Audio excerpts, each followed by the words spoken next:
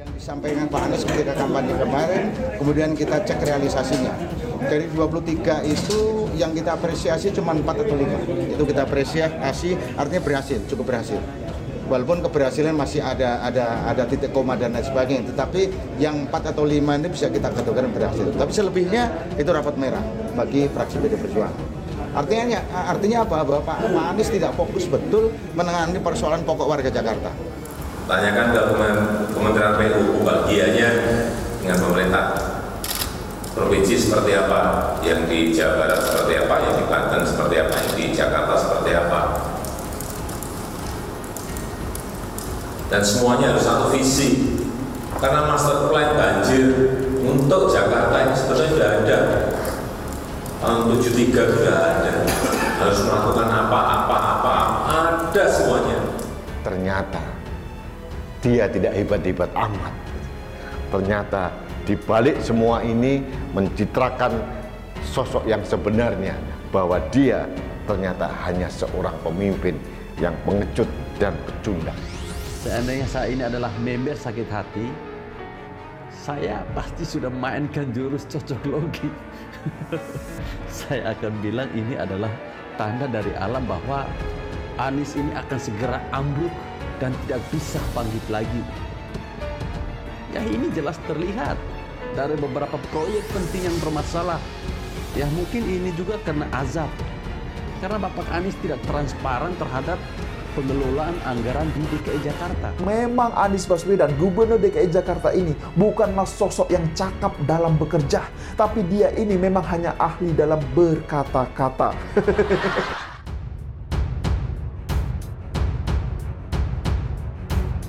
Proyek belum rampung, Anies Baswedan memaksa lakukan gunting pita. Loyalis Megawati, dia khawatir. Ketua fraksi PDIP DPRD DKI Jakarta Gembong Warsono kembali menyentil manuver dari Anies Baswedan. Kali ini dirinya menyoroti bagaimana mantan Menteri Pendidikan tersebut selalu sibuk meresmikan proyeknya, bahkan yang belum selesai sekalipun.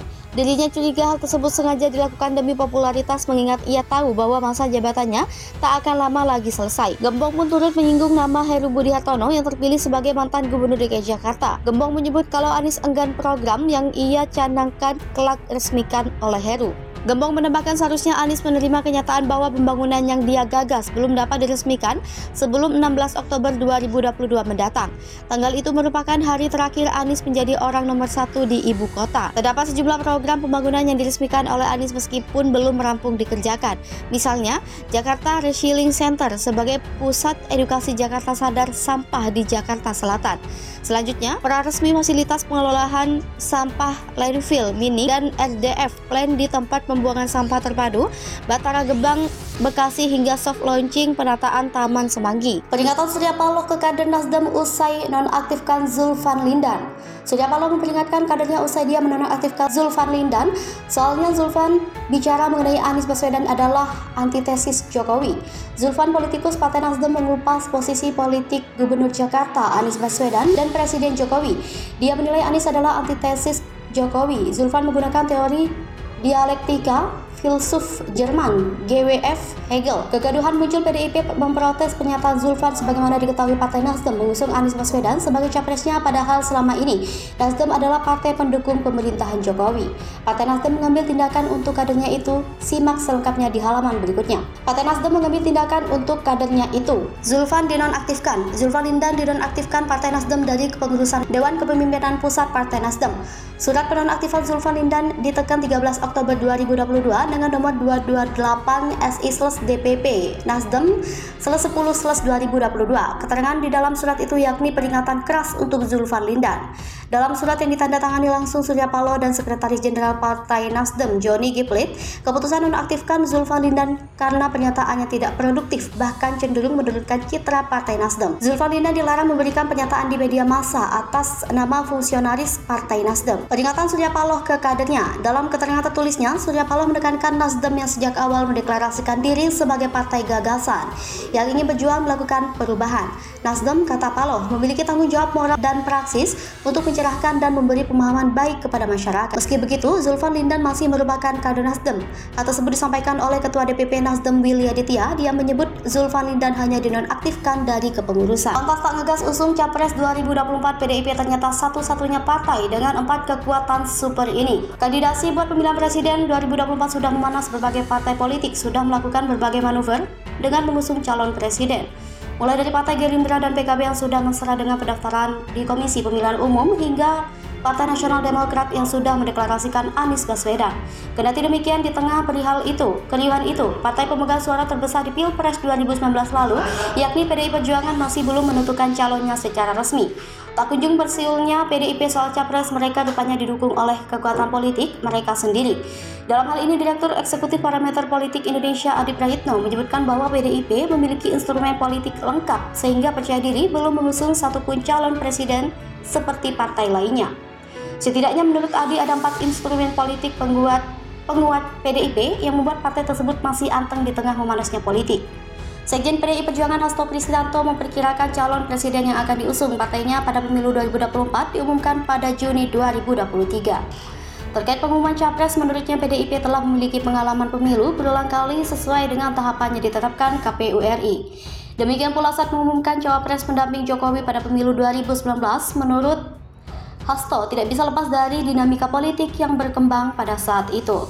PDIP, kata Hasto, saat ini tengah menyiapkan sosok capres 2024 yang berani mengambil keputusan maupun membawa Indonesia memimpin bangsa di dunia dan memiliki rekam jejak kuat. Tidak hanya itu, kata Hasto, capres yang diusung harus sosok pemimpin yang mendapat dukungan kekuatan kolektif parpol dan gabungan parpol. Dukungan kekuatan kolektif parpol menurut dia penting untuk menghindarkan pemerintahan ke depan dari terpaan tsunami politik seperti awal kepemimpinan Jokowi Yusuf Kala pada 2014. Zulfan Lindan ungkap awal mula penonaktifkan dirinya dari Nasdem, saya di WA katanya Paloh marah. Politikus Partai Nasdem Zulfan Lindan merespon atas penonaktifan dirinya dari kepengurusan DPP Nasdem. Zulfan mengatakan penonaktifan itu bermula ketika dirinya dikabari Sekjen Nasdem Johnny Plate bahwa Ketua Umum Surya Paloh marah atas pernyataannya. Adapun pernyataan yang dimaksud yakni Gubernur DKI Jakarta Anies Baswedan sebagai antitesis Presiden Joko Widodo. Zulfan lantas mengirimkan pernyataan lengkapnya kepada Johnny soal Anies antitesis Jokowi. Zulfan menduga Menteri Komunikasi dan Informasi itu tak paham apa yang diucapkannya. Ia menjelaskan dirinya telah mengundurkan dari kepengurusan DPP Nasdem pada 20 April 2020 karena diangkat menjadi Wakil Komisaris Utama Jasa Marga. Sebab menurut Zulfan, menjadi Komisaris BUMN tak boleh menjadi pengurus partai hingga akhirnya dilantik Menteri BUMN Erick Thohir. Saat itu, kata dia, surat pengunduran diri tersebut ditandatangani Johnny sebagai Sekjen dan Ahmad Ali sebagai Wakil Ketua Umum Nasdem. Lebih lanjut, Zulfan memprotes ketika isi surat penonaktifan tersebut memintanya untuk tak boleh berbicara mengatasnamakan fungsionaris partai. Dianggap bikin gaduh. Diketahui Ketua Umum Partai Nasional Demokrat Surya Paloh menonaktifkan elit partainya Zulfan Lindan. Hal ini dikarenakan Zulfan Lindan beberapa waktu terakhir dianggap Partai Nasdem berkali-kali membuat pernyataan ke media massa yang tidak produktif dan dianggap bikin gaduh. Atas hal ini, DPP Partai Nasdem memberikan peringatan keras kepada Zulfan Lindan dengan menonaktifkannya dari kepengurusan DPP Partai Nasdem. Zulfan Lindan juga dilarang memberikan pernyataan di media massa dan media sosial atas nama fungsional Partai Nasdem. Surya Paloh juga menyebutkan dinamika politik Indonesia sedang mengalami peningkatan berbagai gerak politik. Nasdem sejak awal mendeklarasikan diri sebagai partai gagasan atau partai yang ingin berjuang untuk melakukan perubahan dalam kehidupan berbangsa dan bernegara.